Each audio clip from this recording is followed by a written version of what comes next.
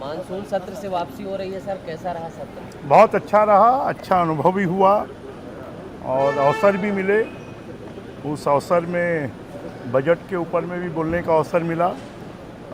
छत्तीसगढ़ की जो रेल की समस्या है और विस्तार है उसके बारे में भी, छत्तीसगढ़ के एयरपोर्ट को इंटरनेशनल एयरपोर्ट बनाने के बारे में, तो बहुत सारे विषयों पर प्रश्न उठाने का और बोलने का मौका मिला। ये एक बात उन्होंने और कही थी, पदों पर भर्ती अटकी हुई है, आपने उसको मुझे लगता है अभी तो 6 ही महीना हुआ, आप इंतजार करो, सरकार निर्णय करेगी और युवाओं के भविष्य को बनाएगी और जल्द से जल्द उसके ऊपर में निर्णय करेगी। ये आदिवासी कार्यक्रम में शामिल नहीं हुए। दीपक बैज का बयान सामने आया, वो कह रहे हैं कि आरएसएस जिस लाइन पे चलती है उसी लाइन पे सरकार को रोकने के लिए आदिवासी दिवस कार्यक्रम। देखिए, भारतीय जनता पार्टी ये मानती है कि हमारे बिरसा मुंडा है, शहीद वीर नारायण है, वो हमारे यहाँ के शहीद हुए हैं और उनकी जयंती पर बड़े कार्यक्रम भारतीय जनता पार्टी के द्वारा और बिरसा मुंडा जी की जयंती से पूरी यात्रा निकालकर पूरे देश भर में और आदिवासी समाज की चिंता करने वाली कोई पार्टी है तो भारतीय जनता पार्टी। जो है मोहला मानपुर में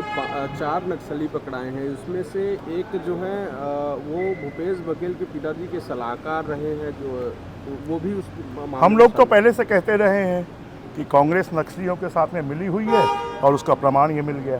छत्तीसगढ़ में एकमात्र केंद्रीय विश्वविद्यालय घासीदास विश्वविद्यालय, क्या छत्तीसगढ़ में कोई केंद्रीय विश्वविद्यालय को लेकर पहल की? तो आगे आगे देखिए होता है क्या। हमने कहा है कि एक जनजातीय विश्वविद्यालय बस्तर में खोला जाए, इस बात की हमने बात की है केंद्रीय शिक्षा मंत्री जी से और आने वाले समय में इसका रिजल्ट आएगा। एनएमडीसी को लेकर भी आपने सवाल बताया। एनएमडीसी और हमारे जो एसएससीएल है, ये दोनों के जो वेस्ट होते हैं वो वेस्ट पॉन्ड्स में भरे जाते हैं, परंतु उसकी पर्याप्त व्यवस्था नहीं होती और ओवरफ्लो होने के कारण बाढ़ में लोग लाल हो जाते हैं, काले हो जाते हैं और साथ में जो माइंस खोदते हैं उस माइंस को, जो माइंस खोदना बंद हो जाता है उसका रिक्रिमिनेशन होना चाहिए कि उसको पुरानी स्थिति में लाना चाहिए।